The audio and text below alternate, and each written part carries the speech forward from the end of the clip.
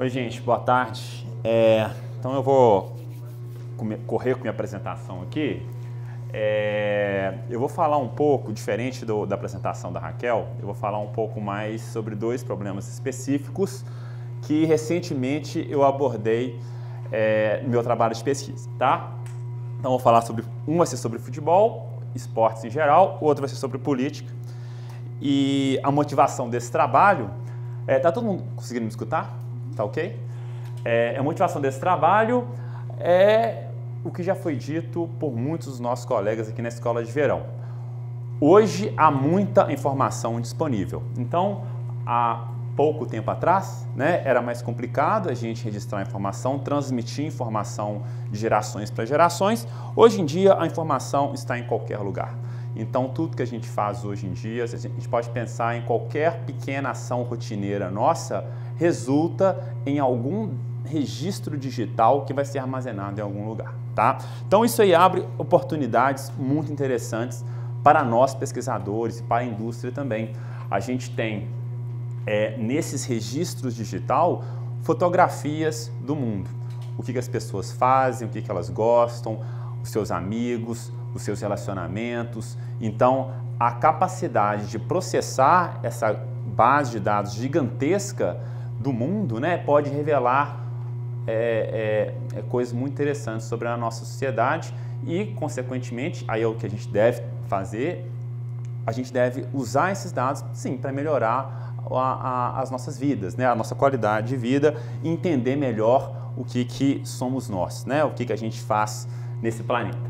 Então, isso aí. Então, o objetivo é esse, tá? Fazer análise de dados, processar esses dados com o objetivo de melhorar as nossas vidas. Então, vamos começar com algo que precisa de muitas melhoras, que é a política. Então, é possível a gente analisar dados, registros digitais para melhorar o cenário político atual? Então, essa é uma pergunta que eu tive que eu fiz em 2014.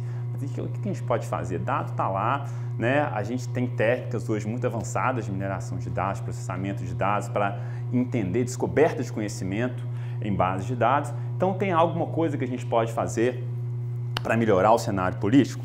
Bem, então, vamos primeiro ver quais são os problemas que a gente vê hoje, vamos fechar aqui no Brasil, e quais são os problemas que a gente tem hoje na política do Brasil.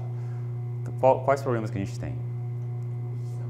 Corrupção, o primeiro que a gente fala, corrupção, beleza. Então, primeiro a corrupção, concordo com você, esse é o primeiro que eu coloquei aqui também, mas a corrupção, muitas vezes, ela é consequência de outros problemas que a gente tem aqui na nossa sociedade, tá? Então, alguns que eu vou listar aqui.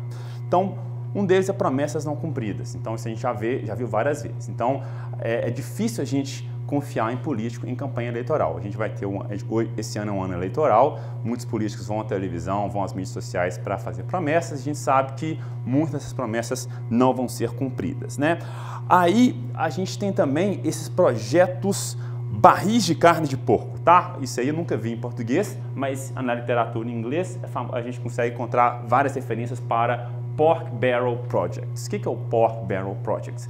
São aqueles projetos que falam assim, olha, você quer aprovar essa lei, a reforma da Previdência? Beleza, eu te dou o meu voto, mas desde que você aprove esse projeto aqui, que eu vou criar uma ponte ali ligando aqueles dois municípios que são o meu eleitorado, tá? Que compõem o meu eleitorado. Então, esses são os Pork Barrel Projects.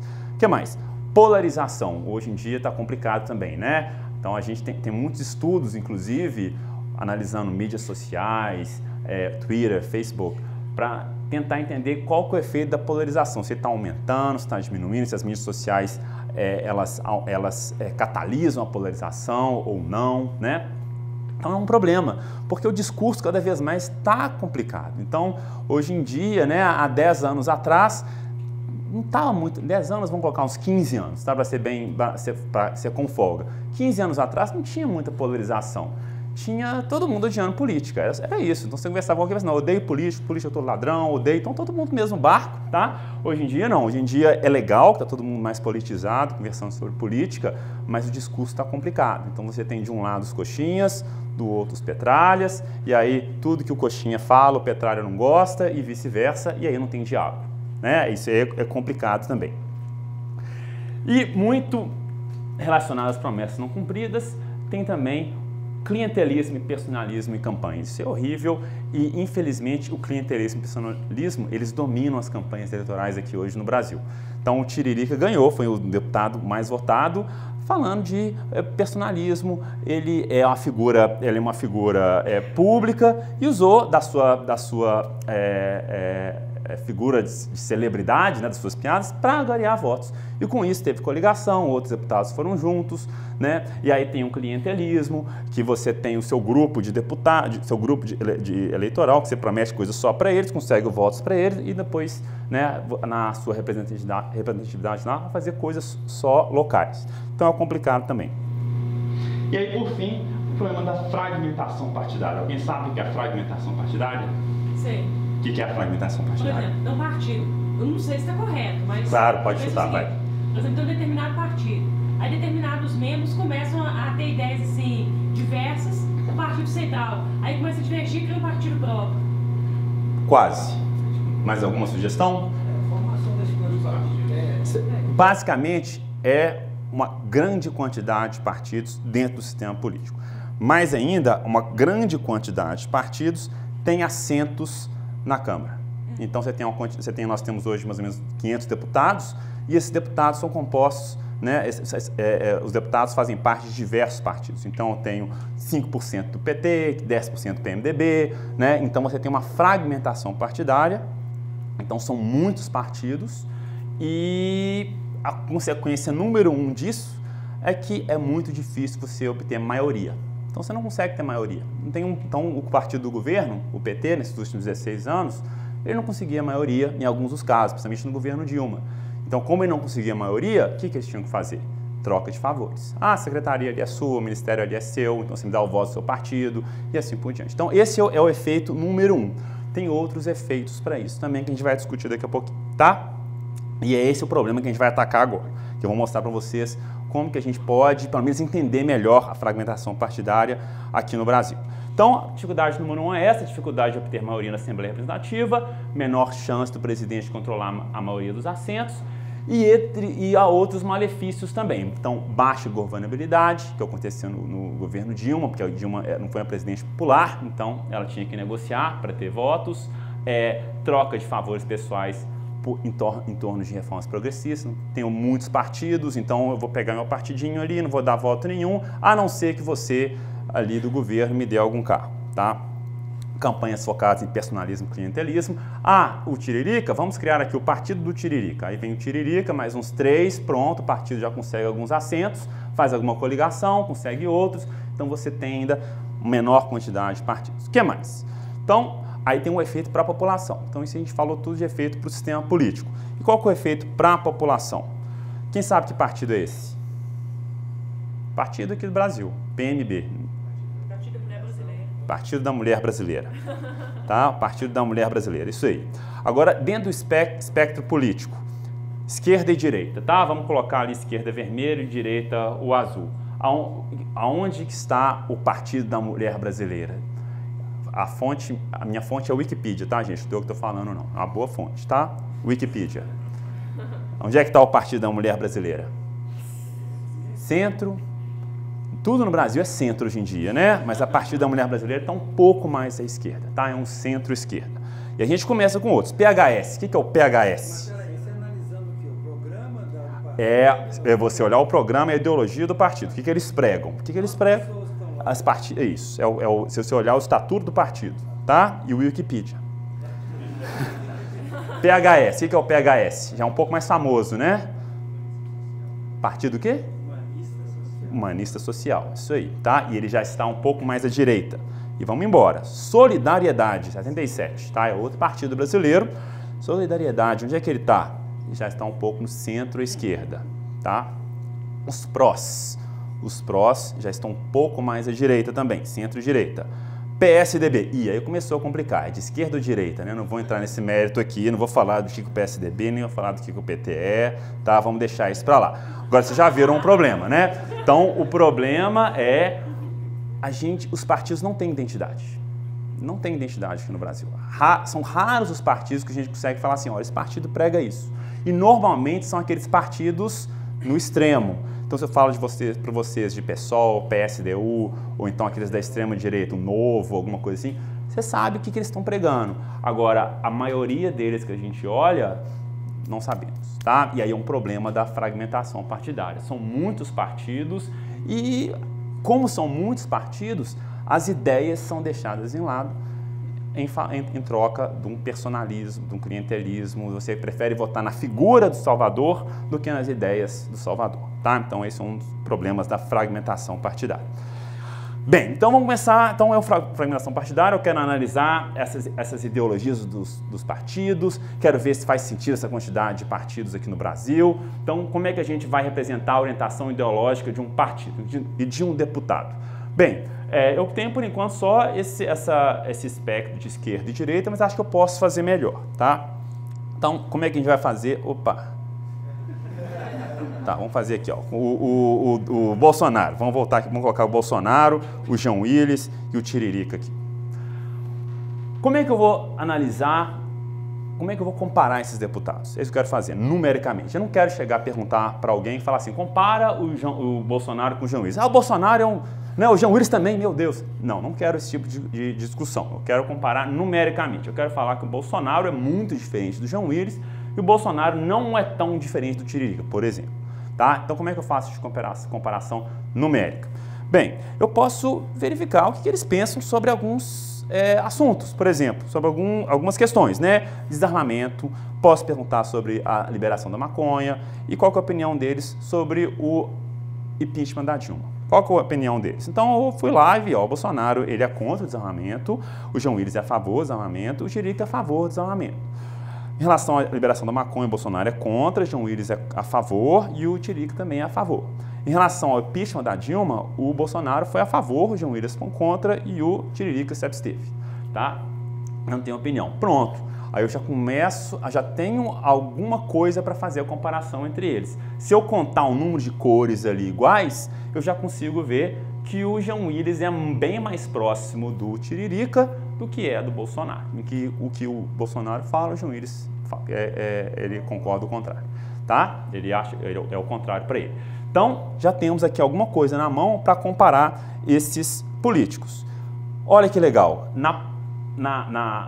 no site da Câmara, a gente tem o portal dos dados abertos, em que todas as votações dos deputados, desde 92, estão disponíveis.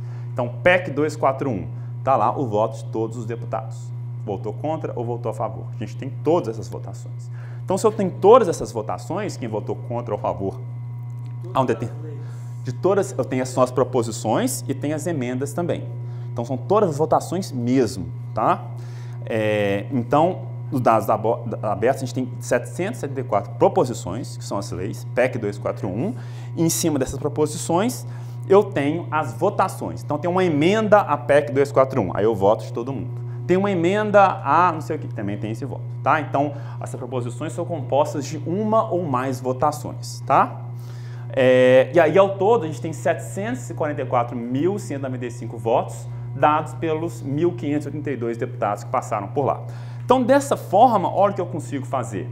Aquelas questões, eu posso colocar elas como se fosse num vetor, tá? Num array de votações. Então, o Bolsonaro, isso aqui, ó, esse quadradinho aqui, pode ser, por exemplo, a PEC 241. O Bolsonaro foi a favor, o João Willis foi contra e o Tiririca foi contra. Aí eu posso fazer isso para todas as votações que esses caras fizeram no Congresso. Tá? Então agora, beleza, eu já tenho então uma forma de representar a ideologia, vou colocar entre aspas, tá? Desses deputados, o que eles pensam, o que eles são a favor, o que eles são contra. E aí eu consigo comparar eles. Então, só para mostrar, eu quero ver agora como é que esses deputados eles se agrupam. Será que tem um agrupamento, pessoal que mais de esquerda, mais de direita? Então vamos ver se eles se agrupam de alguma forma. Então, só para mostrar para vocês como é que eles se agrupam, eu vou falar um pouco rápido, assim, 2 minutos de uma técnica que chama PCA, Principal Component Analysis. Quem aqui sabe o que é o PCA? São poucas pessoas, tá? Eu vou falar rapidamente o que é o PCA aqui para vocês. É uma forma de reduzir a dimensionalidade. Qual que é o problema? Aqui, ó, eu peguei 200 pessoas dessa Davis Dataset, são pessoas na China, se não me engano, tá? Que elas foram lá, mediram, você tem a altura e o peso dela, só isso. Então cada pontinho aqui representa uma pessoa e você tem aqui no eixo X a altura e no eixo Y o peso da pessoa, tá? Aí a gente consegue ver, ó, não tem agrupamento, mas à medida que a altura, que a pessoa é mais alta, naturalmente ela vai ficando mais pesada. Como é que eu faço, como é que eu coloco num plano 2D deputados dessa forma? Eu não tenho só duas votações, que eles votaram no desarmamento, que eles votaram na liberação da maconha. Eu não tenho isso. Eu tenho várias votações, então eu quero colocar esse vetor inteiro num plano 2D. E é isso que o PCA vai fazer pra gente. O que o PCA faz, tá? De forma resumida. Ele vai, a partir dessas informações, desses vetores, tá? Dessas dimensões que esses pontinhos vão ter, aqui eu só colori os dois outliers, tá? É um triângulo e um triângulo vermelho e um quadrado verde. Então, a partir dessas dimensões, ele vai rotacionar esses dados de forma a criar eixos ortogonais. Aqui, o eixo não é ortogonal. Por quê? Porque há uma correlação entre altura e peso. Então, à medida que a pessoa é mais alta, ela vai ficando mais pesada. Então, o que o PCA faz? Olha, ele vai procurar uma dimensão em que a variância é muito grande. Então, olha lá, ele achou aquela dimensão ali em roxo, tá? Vai procurar depois uma segunda dimensão, um segundo componente ortogonal, tá vendo? Ele é ortogonal a um ângulo de 90 graus ali, que é o que explica a segunda maior variância, e aí ele rotaciona esse eixo. Isso que o PCA faz, tá? E ele pode fazer isso em múltiplas dimensões, em N dimensões, tá ok? Então, olha lá, agora aqueles dados de forma rotacionada, olha como que eles ficaram. Ficaram assim, ó. E aí, a primeira dimensão não é a altura mais. A primeira dimensão a gente pode pensar assim, o quão grande a pessoa é, tá? Então, aqui do lado direito tem as pessoas maiores, do lado esquerdo tem as pessoas menores. Você pode pensar em pessoa grande mesmo, tá? E aqui no eixo Y, por exemplo, a gente pode pensar o quão densa é a pessoa, tá? Ela é grande e também forte, não sei. Aí é uma interpretação que não é dada pelo PCA, tá? Então, a gente pode fazer isso da mesma forma com aquela quantidade de N dimensões que os deputados têm. E isso já foi feito, tá? O que é esse PCA aqui? Cada pontinho é um deputado nos Estados Unidos, tá? Que é composto por sim ou não nas diversas votações que eles deram durante seus mandatos, tá? Então, cada pontinho é um deputado. E aí, do lado esquerdo, coloridos de vermelho, a gente tem os democratas. E do lado direito, os republicanos. Então, note que o PCA, quando você plota, né, em duas dimensões os vetores ideológicos desses deputados usando o PCA, eles ficam muito bem separados. Ou seja, os republicanos votam de um jeito, os democratas votam de outro jeito. Então, fica claro, há uma ideologia clara entre esses dois partidos. E no Brasil? Se a gente pegar aqueles vetores, então se eu pegar esses vetores aqui, ó, dos deputados, são todos os deputados que eu tenho, tá? Executo o PCA sobre esses vetores e aí ploto as duas primeiras dimensões, como foi feito nos Estados Unidos, para o Brasil. Como é que vai acontecer? O que vai acontecer? Olha o que aconteceu, que maravilha, que espetáculo, ó. Então, no Brasil, eu tenho aqui o PCdoB, os deputados do PCdoB, aqui eu tenho os deputados do PSDB, aqui eu tenho os do PT, aqui eu tenho do DEM e assim por diante, ó. Olha que maravilha! Então, poxa, tá tudo separadinho, tem ideologias claras, não é? Faz sentido isso, gente? Não, tá? É claro que esse dado eu que inventei, eu coloquei aqueles pontinhos ali. Não é isso que acontece no Brasil, tá? No Brasil, quando a gente roda o PCA, e aí eu vou colorir cada pontinho com o partido do deputado, olha a bagunça que é. É isso aqui, tá? Então, cada cor representa um partido e cada pontinho é um deputado. Então, não existe separação entre os partidos. É uma bagunça, tá? É uma bagunça generalizada. Você tem deputado que era para ser da esquerda votando com os caras da direita e assim por diante. Então, você não consegue separar os partidos por ideologia como é feito aqui nos Estados Unidos, tá? Então, essa é a primeira constatação que a gente viu. Então, a pergunta que não quer calar, a partir disso dado essas votações, já que tem muita interseção, né, muita gente votando parecido com diversos outros partidos, quantos partidos políticos o Brasil deveria ter? Então, será que 30 partidos são necessários para representar a ideologia de todos esses deputados? Imagino que não. Tá? Então, essa é a pergunta que eu fiz, a gente vai tentar resolver. Então, quantos partidos políticos deveria ter?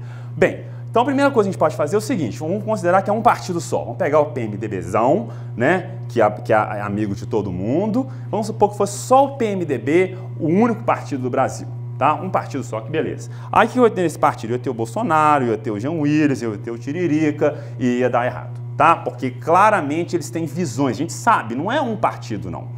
Eles têm visões diferentes, então não é um partido, tem que ser mais, 2, 3, quantos devem ser? Tá? Então essa é a pergunta.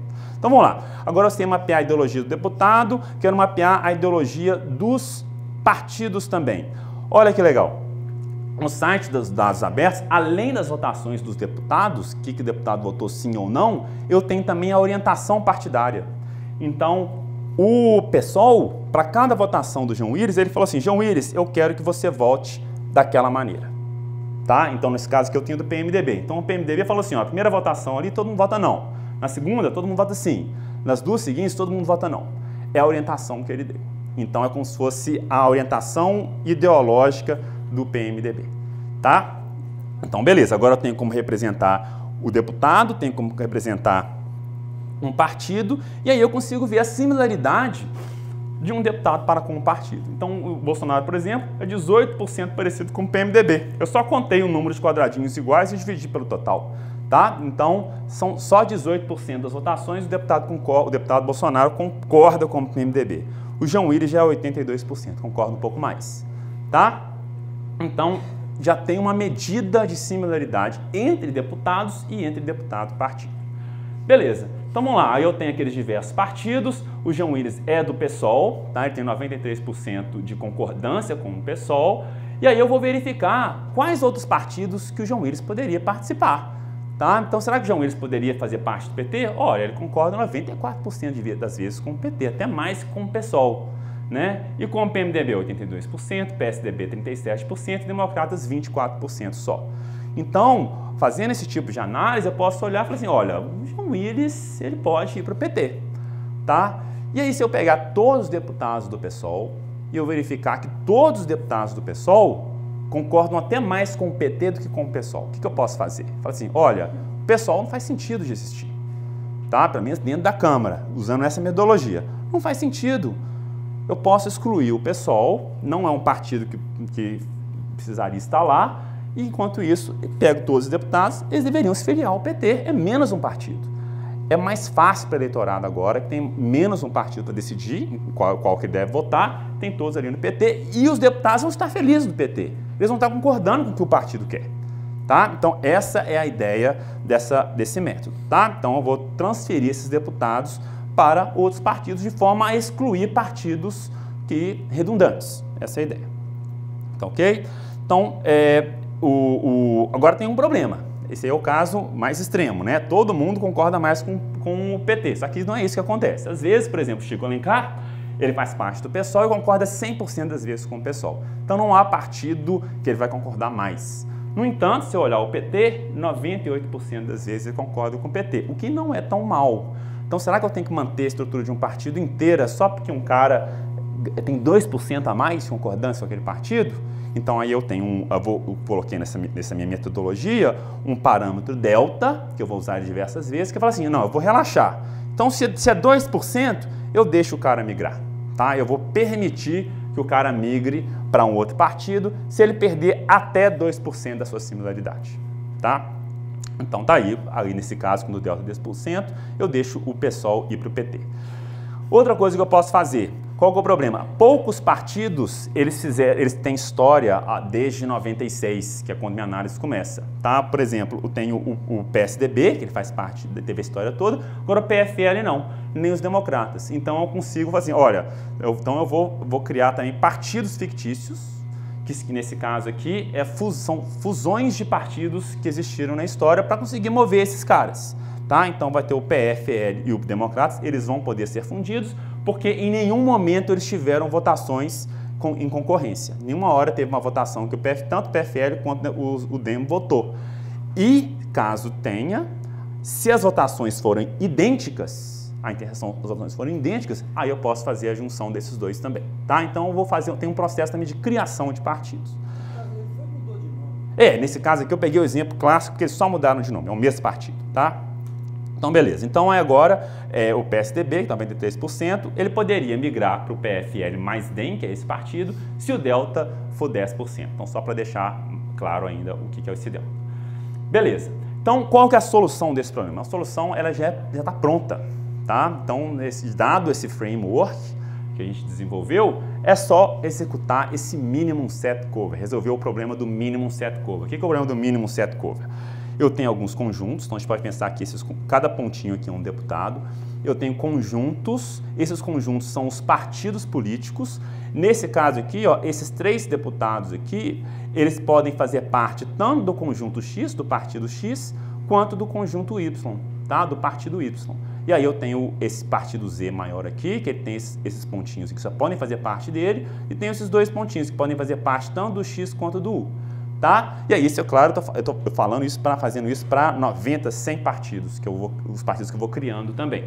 Tá? Aí eu vou resolver esse problema. Qual que é esse problema? É encontrar o menor número de conjuntos em que a união resulta em todos os pontinhos, no universo todo de pontinhos. Esse é um problema clássico. Tá? Ele é um problema difícil de ser resolvido, combinatorial, mas tem um método guloso que é simplesmente fazer assim, olha, eu vou pegar o que tem mais aqui, que é o Z. Então eu pego o Z, agora qual é o próximo? O próximo é o que vai me dar um maior benefício, vai ser o X, ó, ou vai ser o Y, peguei o Y aqui também. E aí eu vou juntando isso aí e termino quando o universo estiver completo. Quando eu tiver isso, eu já tenho uma quantidade de partidos mínima que eu devo, que o Brasil poderia ter, tá? Então, uma vez, depois que eu executo esse minimum set cover, tá? Eu vou agora, tem que avaliar. Como é que eu vou sair? Então eu vou propor algumas soluções. Eu vou falar assim, olha, essa solução, por exemplo, 51% dos deputados eram PT, 10% do PFL mais DEM, aquele partido que eu criei, e 39% do PSDB. 3 partidos no Brasil. Como é que eu meço se essa qualidade, se essa configuração ela é boa ou não? Alguém tem alguma ideia? Como é que eu vou dizer que isso aí é bom ou não? Difícil, né? Então, como é que a gente fez para medir se uma configuração é boa ou não? 3 métricas que eu vou falar rapidinho aqui. Eu vou olhar dentro dessa configuração se, de fato, os deputados que estão alocados a esses partidos concordam com os partidos. Então, se eu olho o histórico de votações, os partidos para quais eles foram alocados, se o índice de concordância for maior que 93%, eu dou esse selo de qualidade Q1.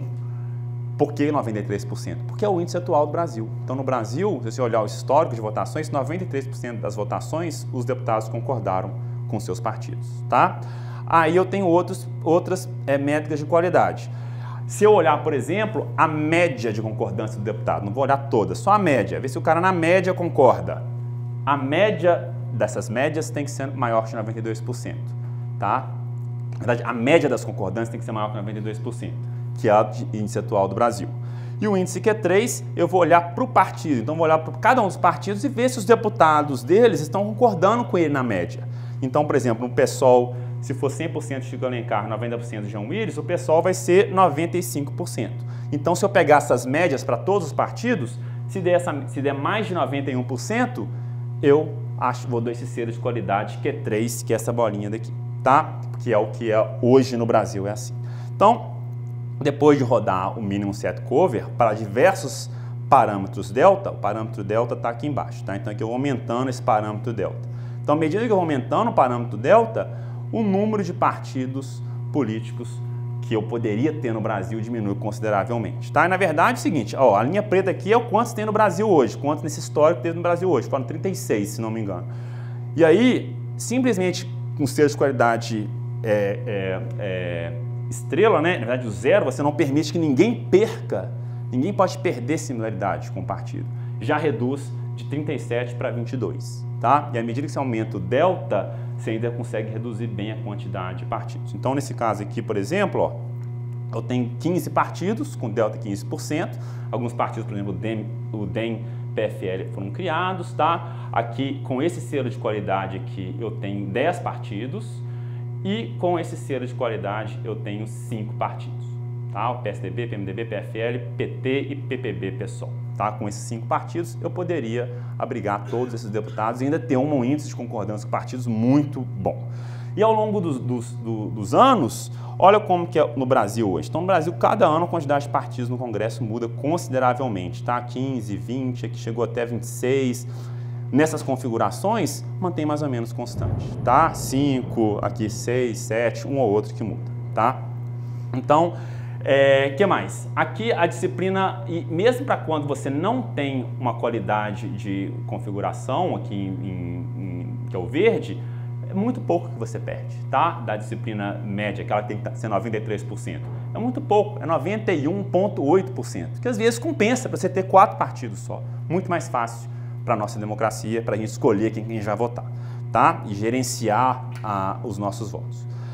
Então, beleza. Aí eu peguei esses partidos, uma dessas configurações que eu gerei e comparei. Olha como é que era o PCA, tá? Aquela bagunça. Depois que você organiza esses deputados, fica muito mais fácil. Tá? O PCA agora parece que divide muito melhor os deputados em ideologias, tá? Então, a conclusão é que há muita sobreposição ideológica entre os partidos brasileiros, poucos partidos já seriam suficientes para agrupar a ideologia desses deputados, e aí temos que pensar em como reduzir incentivos para a criação de partidos, é muito difícil, isso é uma pergunta que está dentro da nossa alçada. Tá? Esse é um artigo que eu publiquei no PLOS One de 2015, fiquem à vontade para darem uma olhada lá. Vamos falar agora de futebol, rapidinho, tá? Meu tempo está um pouco corrido, tá? Vamos falar agora um pouco de futebol e como analisar futebol. A pergunta, na verdade, que eu vou responder aqui é como identificar boas equipes, ou como identificar ligas esportivas competitivas, tá? Então vamos fazer algumas perguntinhas anedóticas bem rápidas. Então vamos supor que a gente conhece o histórico de 100 jogos entre duas equipes de League of Legends. Então eu não tenho nem ideia que é League of Legends, não conheço equipe nenhuma, não sei dizer que como é o boa. Só sei que eu vejo essas duas equipes, sei que tem 3 pontos para vitória, 0 pontos para derrota, e equipes vão jogar entre si mais de uma vez. Aí quando eu olho o histórico deles, mais ou menos a quantidade de pontos é assim. Então eu vejo o histórico, a equipe 1 está lá, essa barra daqui, tá? A equipe 1, a equipe 2 é essa segunda barra, e o histórico de pontos é assim. Então, quem que eu vou apostar? Olha, eu apostaria na equipe 2, mas eu não estou muito confiante. Parece que vai ser jogar uma moeda para cima, tá? Eu não tenho certeza qual que vai ganhar, tá? E agora? Vamos supor que fosse assim. Ah, não, aí sim eu já tenho uma confiança muito maior que a equipe 2 vai ganhar, tá? Então, melhorou um pouquinho. Então, eu estou olhando um campeonato disputado só entre essas duas equipes, os pontos que elas obtiveram no final desses jogos, e aí eu vou tentar adivinhar qual equipe é melhor que a outra para orientar a minha aposta no futuro, tá? Então guardem um pouco, lembrem um pouco desses gráficos. Vamos falar um pouco sobre outro campeonato. Então, o campeonato norueguês de futebol, que tenho certeza que todo mundo acompanha aqui, né? 3 pontos para a vitória, 1 ponto para o empate. Oi? 1 ponto para o empate, e aí as equipes vão jogar um novo campeonato entre si. Vamos supor que ninguém mudou jogador, não. Os jogadores são os mesmos do ano passado, do ano anterior. Em quem que a gente vai apostar? Tá aqui, ó. Então, as equipes é o eixo X, então a equipe 0, 1, 2, desculpa, a equipe 1, 2, 3, 4, até a equipe 20. E no eixo Y eu tenho a quantidade de pontos que cada uma dessas equipes obteve no ano anterior. E agora eu quero apostar este ano quem vai ser o campeão. Bem, se eu olhando para essa tabela de pontuação, eu vou identificar essas duas equipes como possíveis apostas. Parece que elas conseguiram uma quantidade maior de pontos. E essa aqui, com certeza, não vou apostar nessa aqui não. Tá? Foi a pior equipe de todas. O problema é que o campeonato eu apostei, então eu apostei um dinheirinho ali na 16, um dinheirinho na 1. Terminou o campeonato, o que aconteceu? As duas equipes que eu apostei, elas foram lá para baixo. E a equipe pior de todas ficou em 3º ou 4º lugar no campeonato. Olha só, tá? O que é isso? Olha, eu me baseei nesse gráfico para inferir a habilidade dessas equipes, o que não deu certo, tá? Então, aparentemente, a pontuação dessas equipes não me diz muito sobre a habilidade dessas equipes. Será este, então, um campeonato aleatório? E eu vou te falar que sim, tá? Tanto no exemplo do League of Legends, quanto no exemplo do campeonato norueguês, é claro que os dados eu inventei, tá? Eu fiz simulação de computador, de forma que todos os resultados foram aleatórios, foram sorte, tá? Como é que sorte, que sorte que é essa? Eu fiz assim, ó, eu fiz um modelo muito simples, ó. Eu fiz um jogo, cada um joga uma vez fora, uma vez dentro de casa. A probabilidade da equipe que está jogando dentro de casa de ganhar é meio, tá? O visitante 25 e o empate 25, 0,25. Fiz isso para todos os jogos e no final obtive aquela tabela. E aí foi gerando aquelas tabelas assim, tanto para o League of Legends, que aí simplesmente era joguei uma moeda, tá? 50% por cada um, quanto no campeonato norueguês. Então, a lição aqui é que a tabela final de pontuação, às vezes, não é um bom indicador da habilidade dos times. Às vezes, simplesmente a sorte definiu aqueles resultados finais, tá? E é isso que a gente vai analisar. Então vamos olhar como que a gente analisa isso. Vamos pensar agora um campeonato em que há habilidade entre os times. Então o que eu vou fazer? O que eu fiz aqui? Eu artificialmente, nessas minhas simulações, eu dei maior probabilidade de vencer, então aumentei um pouquinho a probabilidade de vencer das equipes que têm um índice menor. Do índice 1 é o que tinha a maior probabilidade de vencer sempre, depois o 2, depois o 3, o 4, até os últimos. Então só colocava um pouquinho mais de probabilidade para esses caras vencerem. E aí cada vez que eu rodo a simulação, é mais ou menos isso que eu enxergo. Claro que tem flutuações, mas não fica muito diferente disso não. Então nesse campeonato, claramente tem habilidade. Eu coloquei habilidade lá. Tá? Eu dei habilidade. Tem equipes que são mais habilidosas, que vão ter probabilidade maior de vencer e que você deveria apostar. Aposte sempre na equipe 1. Tá? Que no longo prazo ela vai ter mais pontos.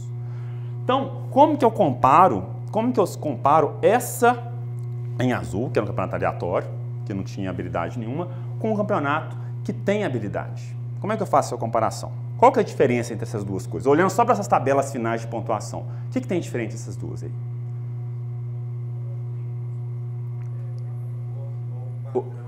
O padrão. Tem um padrão. Então, uma está mais espichada para um lado. Mas eu poderia espichar também, tá? Eu poderia ordenar essas barrinhas aqui e colocar tudo para lá.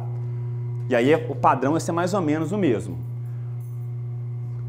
Tem alguma medida estatística que pode me dar uma informação um pouco mais precisa da diferença dessas duas coisas?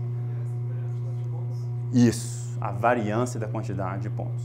Aqui, se a gente olhar, ó, a variabilidade, vamos falar variabilidade por enquanto, tá? A variabilidade da quantidade de pontos não é muito grande não, tá? Ela não flutua muito, ela é mais ou menos constante. E cada vez que eu rodo, não tem muita variância. Isso então, tem uma medida, uma variância, que eu simplesmente pego a média dos pontos, tá? E aí eu calculo qual que é o desvio de cada ponto em relação à média e faço uma continha em cima. Isso vai me dar a variância, tá? A variância do outro é muito maior. Eu tenho equipes com muitos pontos e equipes com poucos pontos. Então a variância do campeonato vermelho é bem maior do que a variância do campeonato em azul. Tá? Então a partir disso a gente consegue criar uma métrica, tá? Que a gente vai chamar de Skill Coefficient ou Phi. O que é o Phi? Como é que eu calculo o Phi? É muito simples. Olha como que é bobo. Então eu tenho a variância do meu campeonato. Então, o Campeonato Brasileiro de 2016. Tem uma tabela final de pontuações, tá? O Corinthians fez não sei quantos pontos, o Cruzeiro não fez quantos pontos, assim por diante. E aí eu calculo a variância desses pontos. Eu tenho também a variância teórica. Então, aquele campeonato aleatório, eu consigo ter a variância teórica daquilo lá. Tá? Então, eu tenho aquela variância teórica, que é fácil de calcular, já é dada. Tá? Se eu falo o número de equipes, quantos jogos eles jogam, eu tenho a variância teórica.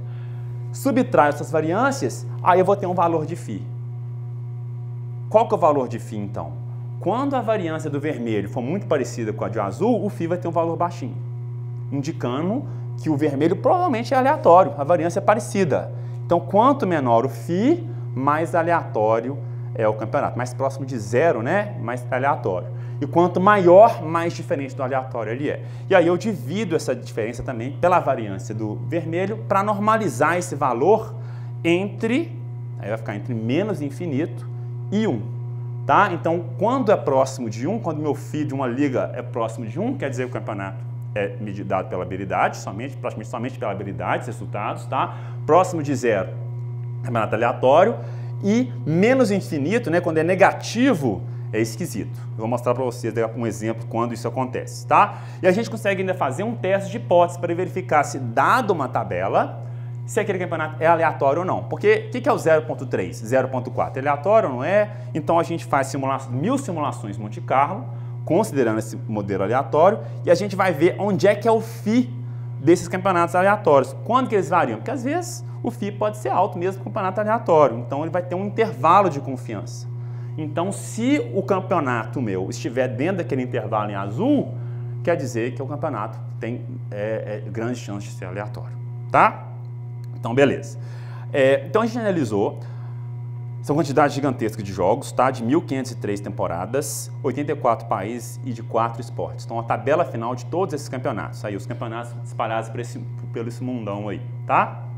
Aí, como identificar o grau de aleatoriedade em campeonatos? Então, eu vou ter o meu FI, e aí, para cada um desses campeonatos, que é a NBA, a primeira divisão é o Campeonato Espanhol de Futebol, aqui é o Campeonato Brasileiro, a Série A, e aqui é o Campeonato Inglês, a Premier League, Campeonato Inglês de Futebol. Aqui eu tenho o Skill Coefficient, esse valor. Valores próximos de 0 indicam um campeonato totalmente aleatório. Próximos de 1, campeonato nem um pouco aleatório. A habilidade parece que ditou a tabela final inteira de pontuação. E aqui é o ano, então eu peguei cada uma dessas temporadas e analisei as temporadas, o FI para essas temporadas. O que a gente observa? Rapidamente, tá? A NBA, olha, a gente observar tudo 1 praticamente. Então, a habilidade de estudo sobre os resultados da NBA. É muito difícil uma equipe ruim terminar o campeonato nas primeiras posições. Enquanto isso, o Campeonato Brasileiro, olha, ele oscila bastante, tá? Embora ele oscila bastante, tem valores bem menores que o Campeonato da Espanha e da Inglaterra, apenas um dos anos o campeonato foi dado como aleatório, o campeonato de 2009. É um campeonato que não difere de um campeonato aleatório. Alguém lembra do campeonato de 2009 que aconteceu? Não? Flamengo. Lembra como que é o Império do Amor? Não tinha o Império do Amor, que era o Palmeiras, depois o Império do Amor ganhou, e aí o Grêmio perdeu de propósito para o Flamengo. Foi uma confusão aquele campeonato. É um campeonato que a gente verificou que dá aquela pontuação típica de um campeonato aleatório, tá? Beleza. E a gente pode fazer essa análise para diversos esportes. Então, olha só, no basquete, quantos campeonatos dos analisados, né, são 310 ligas que a gente analisou, temporadas que a gente analisou, 0% são aleatórias. 0%, nenhuma delas foi aleatória. Então, basquete parece que é um campeonato que tem muitos pontos, né, que é muito difícil uma equipe ruim chegar nas primeiras posições e vice-versa. Handball é o que mais apareceu, quase 18% das ligas que a gente analisou são ligas aleatórias, talvez pela falta de profissionalismo do esporte, então é um esporte não muito desenvolvido, né? O futebol, apesar de a gente achar que é muito aleatório, só 7% das ligas, como aquela de 2009 no Brasil, foram aleatórias, e o vôlei também um pouco mais, que na verdade 0,61, né? Um pouquinho só, algumas poucas ali que foram aleatórias, tá? Que mais? Então, aqui, tá? Nós vamos destrinchar um pouco mais por esporte. Cada pontinho aqui são os outliers, tá? Aqui é a mediana, então para o handball o skill coefficient fica na casa de 0,5. Para o basquete fica próximo de 1, né? Então, como a gente previu, então o basquete, as ligas são normalmente definidas por habilidade, assim como no vôlei. E o futebol, na média, o skill coefficient é até alto, mas tem muitas ligas ali que chegam próximos do 0. E aí vimos esses dois exemplos bizarros aqui, de Gana 2014 e Algéria 2015. Algéria, inclusive, o valor de -3. O que é um campeonato que tem um skill coefficient de -3? Alguém tem ideia? Vamos pensar naquela fórmula. Quer dizer que a variância dele é muito menor do que a aleatória. Alguém já jogou Mario Kart aí? Alguém joga Mario Kart? Aí, o pessoal joga Mario Kart. O que acontece quando você está nas últimas posições do Mario Kart? É a estrelinha, o trovão, não é? Você ganha os melhores itens para você subir, não é isso? Então tem um mecanismo de compensação que vai deixando os carrinhos cada vez mais próximos. Parece que é mais ou menos isso que aconteceu em Gana e Algéria. Por quê? Olha só, a gente procurou, claro, vamos lá no Google e verificamos que na Algerian Liga, a Liga da Algéria, daquele ano específico, estava tão apertada que 16 times poderiam matematicamente ganhar o campeonato com 4 rodadas faltando para o campeonato acabar, né? Então, como assim, olha, você ganhou de mim, mas relaxa que você vai ganhar a próxima. Quanto mais eu perco, mais chance de eu ganhar as próximas. É mais ou menos isso que esses campeonatos estavam acontecendo, tá? É isso que um FI negativo indica, né? Não, acho que era 20, era 20. Se você olhar você pode olhar no Wikipedia, é bizarro esse campeonato, tá? Se você olha até o último ali, o primeiro rebaixado tem 2 pontos de diferença para o terceiro colocado, tá? É uma coisa absurda. Esse é o campeonato da Algéria. Então você consegue identificar essas anomalias também. Beleza. E aí, outras coisas que a gente pode fazer, considerando que o campeonato nunca termina. Então, aquela história, né, mesa redonda de futebol, o Brasil todo ano tem 10 times que podem ser campeões. Não tem aquela história? Então, a gente analisou, tentou verificar isso. Como? Então, a gente esqueceu de zerar a gente não zerou as pontuações das equipes no final do campeonato. Então, no campeonato de 2005, o Corinthians foi lá, fez 70 pontos, aí no 2006 ele fez uns 40, então agora está com 110 pontos. E aí eu vou incrementando essa quantidade de pontos sem parar, tá? Para verificar se tem um time que está sempre subindo e um time que está sempre caindo. Então, você vai ver se a variância vai aumentando ou se ela vai diminuindo. Se ela for aumentando, que é o que provavelmente vai acontecer na Espanha, né? Real Madrid, Barcelona, ou aquelas equipes menores sempre perdendo, então Barcelona e Real Madrid vão ter muitos pontos, vai só aumentar a diferença. Enquanto no Brasil, o que acontece? Será que diminui, aumenta? E aí, o que aconteceu? No Brasil, aquela linha azulzinha lá embaixo. Tá vendo? Ela realmente diminui. Então, isso indica que não existe nenhuma equipe dominante aqui no Brasil. Não tem a variabilidade, a variância vai diminuindo se a gente vai acumulando. Então, cada vez mais as equipes vão oscilando entre bons campeonatos e campeonatos ruins, tá? Enquanto isso, a NBA nem compara, tá? Ela fica próximo de 1. A Liga Espanhola também vai só aumentando o FII, claro, Barcelona e Real Madrid sempre aumentando essa variância. E a Liga Inglesa é interessante, porque ela aumenta e depois cai também, tá? Então parece que é uma liga um pouco mais competitiva, que podem surgir surpresas, como aconteceu com o Leicester, né? No ano passado, retrasado, não sei, passado, né? Beleza. Aí, e a habilidade? Ela influencia todos os jogos? Então, o que a gente está falando é o seguinte, será que, então, 6% das ligas de futebol são aleatórias? Isso significa que tudo é definido pela habilidade? Não é bem assim, não, tá? Vamos pegar aqui, não dá para ler muito, mas isso aqui é um campeonato particularmente feliz para mim, tá? De 2014, em que o Cruzeiro foi campeão, com 80 pontos. Então, essa foi a final da tabela de 2014. O Cruzeiro ficou com 80 pontos, o segundo colocado 70, terceiro 69, o último colocado ficou com 32 pontos. Essa foi uma liga que o nosso modelo identificou como não sendo uma liga aleatória. Provavelmente por quê? Porque olha só, se você pegar a diferença de Cruzeiro e Criciúma, ela é muito grande. Há uma variância grande por causa disso, principalmente por causa do Cruzeiro e do Criciúma. Então, será que se eu excluir desse campeonato o Cruzeiro, então eu excluo todos os jogos artificialmente do Cruzeiro e do Criciúma, sobrando só essas equipes, é um campeonato aleatório ou não é? Essa é uma pergunta que a gente pode fazer. Aí a gente vai olhar e parece que sim, tá? E se a gente olhar, por exemplo, para a NBA, então aqui foi do ano passado, só a Conferência do Oeste, o Golden State Warriors, ele chegou a ter 73 vitórias, foi o primeiro time, né? 73 vitórias e 9 derrotas só. O último colocado, o Lakers, 17 vitórias e 65 derrotas. Isso também não parece ser efeito da sorte. Eu acho que se eu rodar um modelo aleatório aqui, dificilmente eu vou conseguir um time tendo 73 vitórias e 9 derrotas só. Muito difícil, tá? Então, quantos times que eu tenho que remover? Vou remover no Warriors, Lakers, Spurs, depois o Suns. Quantos times eu tenho que remover para que os remanescentes formem um campeonato aleatório, ou seja, um campeonato que a habilidade não tem papel nenhum nas decisões, tá? Nos resultados. Então, a gente fez essa análise também, tá? E olhando para cada um dos esportes, no futebol, na média, se eu remover 20% das equipes, eu já transformo o campeonato em aleatório. Então, um campeonato com 20 equipes, eu tiro 4 delas, as 16 restantes provavelmente vão ter habilidades semelhantes e aí vai ficar difícil a gente apostar, tá? No basquete é bem mais, vamos dizer 50%, handball parecido com futebol e no voleibol 40%. Isso a título de curiosidade, se a gente olhar para o Campeonato Brasileiro ó, ao longo dos anos, 2014 que eu tinha falado era verdade, ó, a verdade um pouco mais, eu tinha que remover o Cruzeiro, o Internacional e o Criciúma. Removendo essas 3 equipes, as restantes eram aleatórias. 2015, só o Corinthians.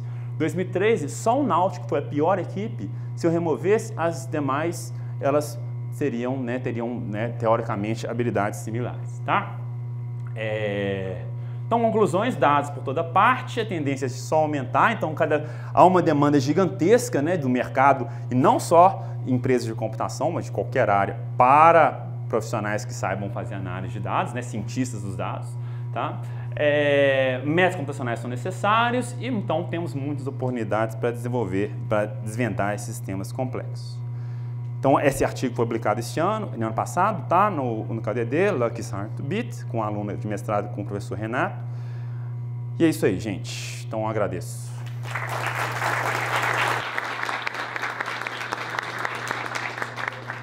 Eu acho que temos tempo para uma pergunta.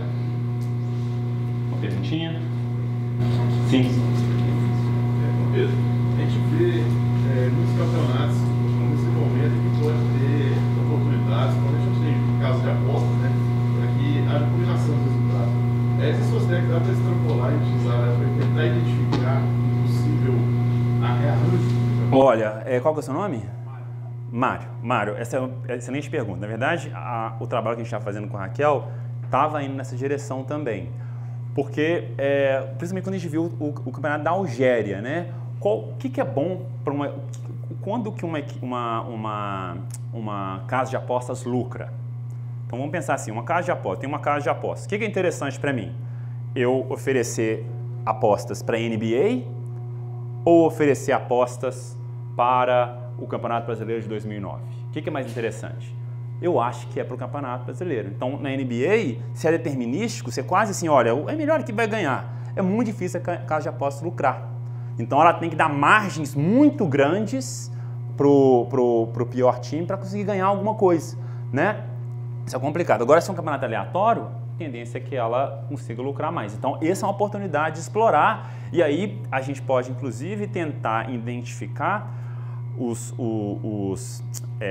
quanto que esses dados estão disponíveis. Inclusive, se eu vou olhar no Sporting Bet, por exemplo, você vai ver assim, olha, no jogo tal, do campeonato tal, as apostas foram essas, tá? Tava pagando tanto para tanto e o resultado foi esse. Então, a gente consegue fazer esse tipo de paralelo para ver se há, de alguma forma, tá, algum incentivo, né? O supra-sumo da quintessência é verificar se, olha, há indícios aqui de que houve manipulação.